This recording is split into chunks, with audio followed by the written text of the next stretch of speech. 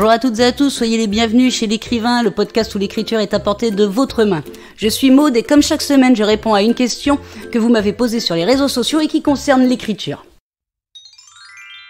Cette semaine, je réponds à la question d'Étienne qui sur Twitter me demande « C'est quoi la différence entre jardinier et architecte ?» Commençons d'abord par définir ce qu'est jardinier et architecte dans le travail d'écrivain. C'est en fait quand on parle du plan, le plan que certains aiment faire avant de commencer l'écriture même de leur livre. Donc, on utilise deux termes, enfin, c'est un petit peu, j'avoue, je trouve ça un petit peu à la mode maintenant pour désigner la façon de faire son plan. Si vous êtes architecte, c'est-à-dire que vous allez créer un plan hyper structuré, vous n'allez rien laisser au hasard dans votre livre. Donc vous allez commencer à faire votre plan avec le début, tous les déroulements de vos actions, tout le déroulement de votre intrigue, pour arriver à la fin de votre livre, et tout sera indiqué sur votre plan. Si vous êtes plutôt jardinier, dans ces cas-là, c'est que vous avez envie d'être un petit peu moins structuré dans votre plan, donc vous allez juste créer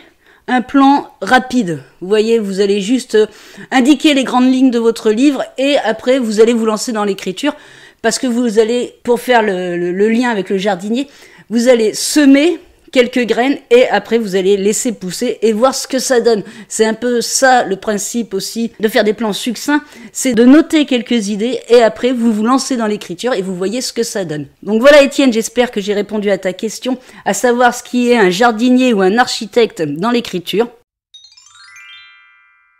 Voilà pour la réponse de la question de cette semaine. Si vous avez envie d'apprendre l'écriture ou de développer un peu votre style, je vous offre une formation, tout ça gratuitement. Vous trouverez le lien en description de ce podcast. Si vous avez envie de me poser une question sur l'écriture, n'hésitez pas à me contacter sur les réseaux sociaux. Sinon, je vous retrouve la semaine prochaine pour la réponse à une nouvelle question.